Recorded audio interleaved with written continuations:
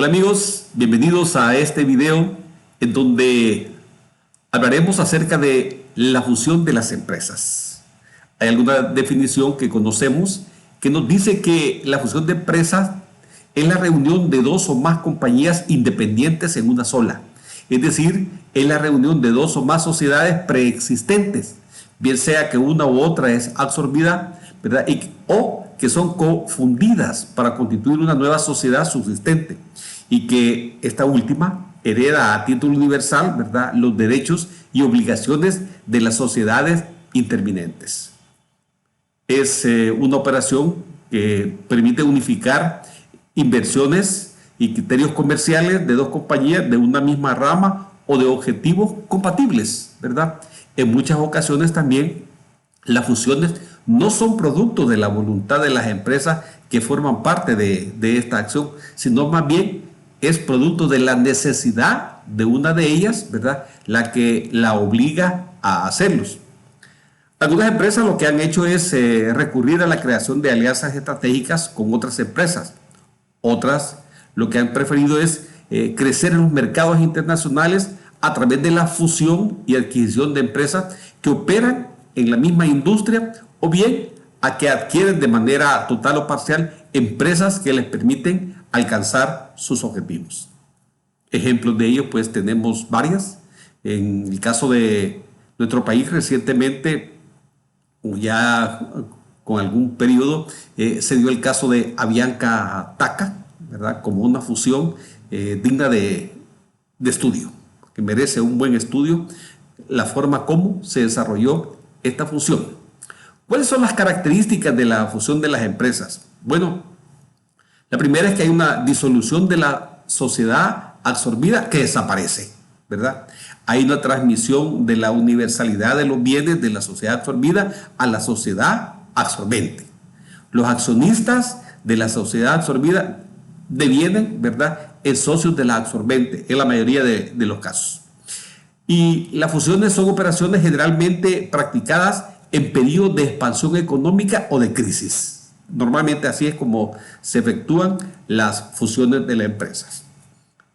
Tipos o clasificaciones de fusiones. Bueno, hay algunas de ellas nos mencionan la que corresponde a la por combinación, ¿verdad? Que consiste en que dos o más compañías se unen, ¿verdad?, para constituir una nueva. O sea, la compañía A se une a la compañía B para constituir la compañía C. Entonces, cada una de ellas se disuelve simultáneamente, ¿verdad?, para constituir una compañía que va a estar formada por los activos de esas dos empresas, ¿verdad?, en donde los accionistas de ambas se convierten también en accionistas de la nueva empresa que se ha creado. Otro tipo es el que corresponde por anexión. Una o varias compañías se disuelven para este proceso, ¿verdad?, aportan su activo o a otra que ya está constituida y con la cual pues forman un cuerpo. Vamos a decir, tenemos tres empresas A, B, C.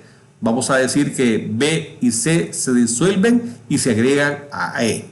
Aquí prácticamente la compañía absorbente, ¿verdad?, aumenta su capital mediante la creación de acciones, ¿verdad?, que le atribuyen a los accionistas de las compañías que se han anexado, ¿verdad?, o sea, de las que se ha dado la fusión.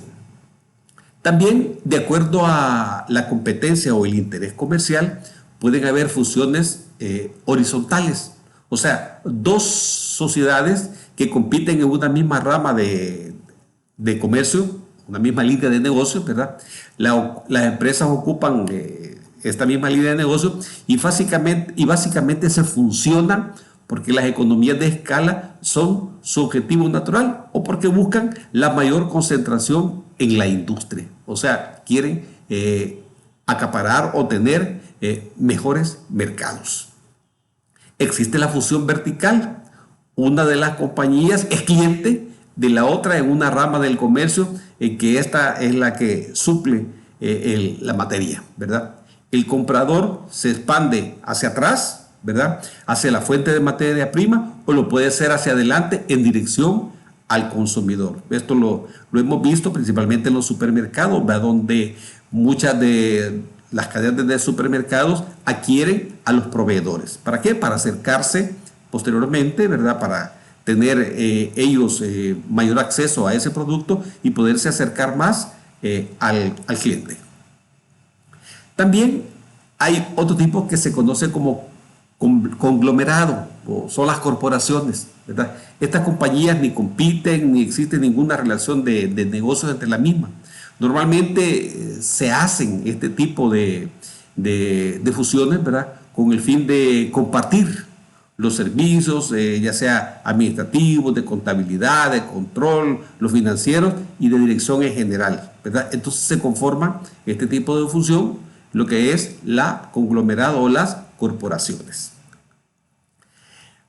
Para implementar una fusión empresarial, por supuesto que se tiene que hacer una adecuada planeación, una adecuada planificación, ¿sí? Hay un modelo de las 7 fases de McCann y Gilkey, ¿verdad?, que nos plantean 7 pasos. El primero es la planeación estratégica, luego la búsqueda y selección, el análisis y evaluación financiera, la propuesta, la negociación y cierre, ¿verdad?, la transición y la integración. Si lo podemos explicar brevemente, este proceso de fusión se tiene que planificar con anticipación. O sea, hay que analizar diferentes factores por los cuales una empresa o una organización se ve en la necesidad de hacer la fusión, ¿verdad? Y entonces en la planificación es donde nosotros vamos a ver cuál es la visión que tiene la empresa, ¿verdad? Cómo vamos a desarrollar este proceso de fusión, ¿verdad? ¿Qué tipo, ¿verdad?, de fusión vamos a aplicar? ¿Cuáles son las metas estratégicas, ¿verdad? ¿Cómo es que nosotros le vamos a crear valor a nuestra empresa? Entonces quiere decir, para eso, que vamos a tener que redefinir el proceso de planificación que ayude a esas actividades de fusión. Vamos a garantizar el desarrollo e idoneidad de los sistemas de apoyo, o sea, de recursos humanos, de control, de estructura, de finanzas, que apoyen, ¿verdad?, ese proceso de fusión. Eso es parte de la primera etapa en donde vamos a planificar.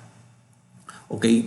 En un segundo momento vamos a organizarnos, ¿verdad? Es decir, vamos a organizar los equipos que van a intervenir en este proceso, cuáles van a ser sus responsabilidades, las funciones que van a desarrollar, ¿verdad? Cómo vamos a garantizar el acceso y el compromiso de la alta dirección dentro de este proceso, ¿verdad? Cómo vamos a desarrollar las fases, ¿verdad? Esa calendarización, eso es parte de la organización que por supuesto va a garantizar, ¿verdad?, la integración del proceso de planificación. En la etapa de búsqueda es cuando la empresa que se quiere fusionar busca los candidatos más atractivos, ¿verdad?, para poder, vamos a decir que con suficiente tiempo, poder analizarlos, ¿verdad?, para poder preparar una oferta. Entonces aquí es donde nosotros vamos a crear un proceso sistemático para identificar los posibles candidatos para fusionarnos. Vamos a identificar los criterios que vamos a utilizar para seleccionarlo. Vamos a crear los perfiles necesarios, ¿verdad? Y por supuesto, le vamos a facilitar los resultados a la alta dirección para que ella tome una decisión. Es decir, en la búsqueda del candidato con el cual nos vamos a fusionar.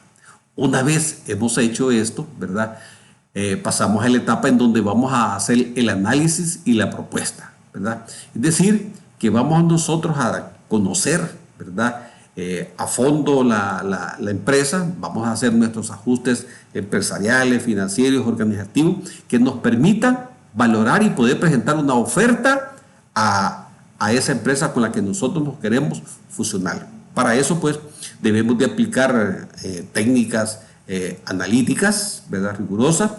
Debemos de establecer los rangos de valor, los plazos, las condiciones, ¿verdad?, una estrategia que vamos a desarrollar nosotros en ese proceso de transición, si es que se da la negociación, ¿verdad?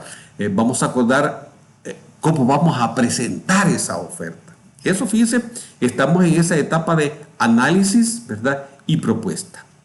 Una vez nosotros, ¿verdad?, ya hemos hecho el análisis de ese objetivo, de esa empresa con la que nosotros nos gustaría fusionarnos, vamos a llegar al proceso de negociación y acuerdo. Entonces, a alcanzar ese acuerdo con relación al precio, las condiciones, ¿verdad?, los plazos. Es decir, que nos vamos a acercar a la empresa para crear un ambiente favorable. Ojo, debemos de mantener en secreto, fíjense, la negociación para controlar el precio, ¿verdad? Porque si esto se va divulgando, por supuesto, de que tanto el amigo, la empresa con la cual nosotros nos queremos unir, pues también va a decir, hay demasiado interés, entonces va a querer aumentar su precio. Tenemos que evaluar si es que nos hacen, ¿cómo se llama?, alguna contraoferta, ¿verdad? A analizarla lo más rápido posible, ¿verdad? Y, por supuesto, tenemos que plantear la negociación y su lógica, ¿verdad? Para que, si nos conviene, pues, por supuesto, nos fusionamos con esa empresa o organización. Una vez hemos negociado, ¿verdad?, entonces comienza ya la fase de transición, ¿verdad? Y quizás es uno de los puntos más delicados, ¿verdad? Porque debe de ¿cómo se llama?, de irse haciendo esa integración, ¿verdad?, esa implementación de un proceso de gestión de esta transición. O sea que vamos a evaluar y vamos a estabilizar la situación en la empresa. Vamos a aplicar reglas básicas para que esta transición sea eficaz. Y el otro paso sería ya la integración, o sea, la aplicación de la estrategia en el cual las empresas se van a fusionar. Entonces aquí es donde vamos a ir definiendo las prioridades específicas de acción que vamos a tomar, ¿verdad? Aquí es donde nosotros asignamos los recursos suficientes necesarios para la implantación, ¿verdad? Y la dirección y el control de la implantación pues debe de ser efectivo. Por supuesto que toda fusión va a tener beneficios. ¿Y cuáles son los beneficios de la fusión? Primero, que se da un crecimiento, ¿sí? Dos empresas se unieron, dependiendo del tipo de fusión que se haga, se reducen costos, ¿verdad? Hay una diversificación, hay una financiación, ¿verdad? El poder de mercado se aumenta y estas pueden ser algunos de los beneficios que puede tener la fusión de las empresas. Pero no siempre, ¿cómo se llama?, el resultado de una fusión ha sido positivo, ¿verdad? Se han dado muchos casos en que la fusión ha fracasado. Veamos cuáles son algunas de esas causas por las cuales, ¿verdad?, una fusión puede fracasar. Primero, cuando hay insuficiente investigación de la empresa a adquirir o fusionar, ¿verdad? Cuando nosotros, ¿verdad?, no analizamos las dificultades que pueda presentar, ¿verdad?, ese proceso de integración de dos culturas diferentes, ¿verdad? Es decir, no lo analizamos, creemos que no va a haber problema porque solamente pensamos en el aspecto financiero, no nos damos cuenta que también hay el aspecto humano, el aspecto de las culturas que debe o que puede incidir. Otra de las causas por las cuales fracasa la fusión es que gastamos mucha energía, ¿verdad?, en lograr esa fusión o esa adquisición y poca energía dedicada a la integración y en la planificación posterior. O sea, que solo pensamos en que vamos a hacer la fusión, o sea, en el negocio, ¿verdad? Y no le damos importancia a lo que va a seguir después de eso, ¿verdad? O también otra causa es porque postergamos, ¿verdad?, decisiones importantes, porque no tenemos una clara, vamos a decir, definición de responsabilidades, qué es lo que va a pasar por función, ¿verdad? Es decir, ese surgimiento de conflictos internos que se van a presentar en las organizaciones. Hay veces que también lo que sucede es que hay una negligencia, ¿verdad?, en mantener una comunicación clara y permanente, ¿verdad?, abierta, ¿verdad?, tanto interna como externa. Y quizás una de las más importantes, descuidar la administración del personal, causando desmotivación y el alejamiento del personal clave. Porque fíjese, parece increíble, pero muchas veces el personal clave es el que se nos va de las empresas cuando nosotros realizamos una fusión. Es decir, le prestamos más atención, decíamos, al aspecto financiero y no a la gente. Otra de las causas es porque no evidenciamos poco respeto hacia la otra empresa, a su gente, a su metodología de trabajo y a sus logros. Es decir, la que absorbe, ¿verdad?, no respeta muchas veces eso. Y entonces los trabajadores que están en la otra organización, pues al final de cuentas no contribuyen a lograr el objetivo por el cual se dio ¿cómo se llama? La fusión, ¿verdad? Se tarda mucho en que aparezca el liderazgo reconocido por las empresas que se dan en la fusión. O sea, no es visible, no es accesible. Esas pueden ser algunas de las causas, ¿verdad? Entonces, cuando una empresa, fíjense, decide fusionarse con otra, ¿verdad?, normalmente la información se maneja con hermetismo, principalmente por las altas autoridades que la van a dirigir. Pero aún así, miren, siempre va a haber niveles de rumores. Diferentes empleados de las empresas comienzan a generar comentarios. ¿Por qué? Porque comienzan a darse cuenta que algo está pasando, ¿verdad? Entonces, esto va a generar un impacto fuerte, ¿verdad?, en recursos humanos, porque se crean situaciones de incertidumbre, ¿verdad?, de ambigüedad de puestos, ¿verdad?, lo que pues va a provocar que los empleados se muestren reacios al cambio. Entonces, ¿cuáles serían algunos de los impactos sobre los recursos humanos? Primero, el cambio o el desarrollo de una nueva cultura de las organizaciones. Sí, imagínense lo que sucedió o lo que sucede cuando la empresa que absorbe es de otro país, ¿verdad?, con una cultura diferente, con situaciones diferentes, pues ese es un impacto o ejerce un impacto sobre los recursos humanos, ¿verdad? La generación de incertidumbre, lo que va al final de cuentas a incidir en que se haya más deserción, en que haya despidos mal interpretados, que no son por la fusión al final de cuentas, que se dé discriminación y preferencia, que se genere la competencia y rivalidad, la carga de trabajo, la resistencia al cambio, la pérdida de la identidad con la empresa, los cambios en las prestaciones, que son otros de los impactos que tienen en recursos humanos, ¿verdad? Prácticamente esa reestructuración de todas las áreas de negocio, ¿verdad?, de los puestos de trabajo que al final inciden en despidos masivos, los cambios de política, ¿verdad? Como ustedes pueden observar, hay una cantidad de aspectos que debemos de considerar porque van a impactar, ¿verdad?, a los recursos humanos. Hay que medir la satisfacción e insatisfacción de los empleados porque ahí va a haber duplicidad de puestos. ¿Qué hacemos con dos gerentes de compras? ¿Sí? Con dos gerentes de recursos humanos, dos gerentes financieros. Hay problemas en los estilos de liderazgo. Hay una percepción de falta de crecimiento, de carrera profesional en la nueva empresa que se va a crear. Y por supuesto, hay una pérdida del sentido de pertenencia, de poder y de estatus. Estos son parte de esos impactos que se da, ese efecto psicológico, ¿verdad?, negativo, que se presenta en la incertidumbre, no sabemos qué va a pasar, la ansiedad, el malestar, ese nivel de estrés que crece, ¿verdad? ¿Producto de qué? También de una falta de comunicación precisa. Aquel clima laboral se tensiona. Es decir, mire que todo esto se tiene que planificar, ¿verdad?, para poder de una mejor manera manejar todo este impacto. Y esto es lo que mencionábamos en los pasos anteriores, en donde solamente le pusimos atención al aspecto de la negociación, pero no vimos más adelante el impacto que va a tener en el personal.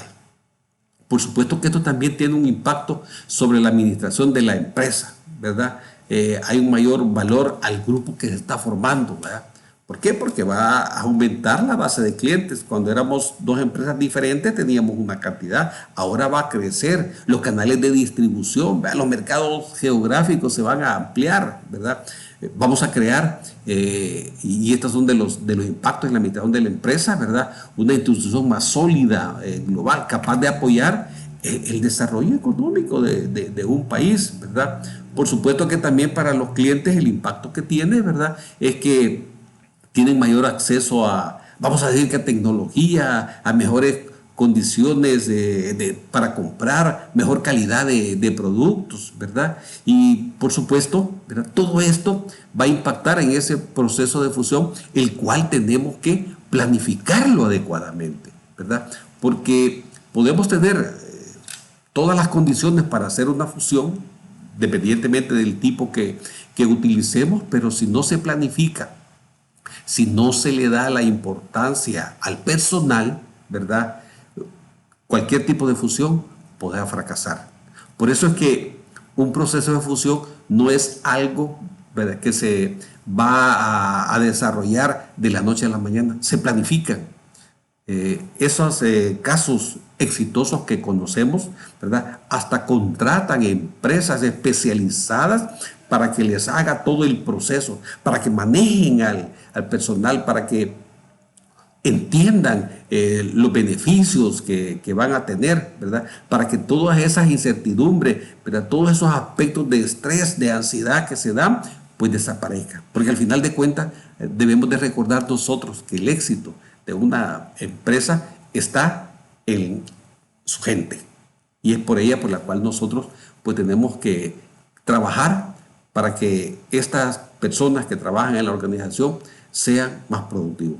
Recuerden, a la gente hay que tratarla como me gusta que me traten a mí. Muchas gracias por su atención.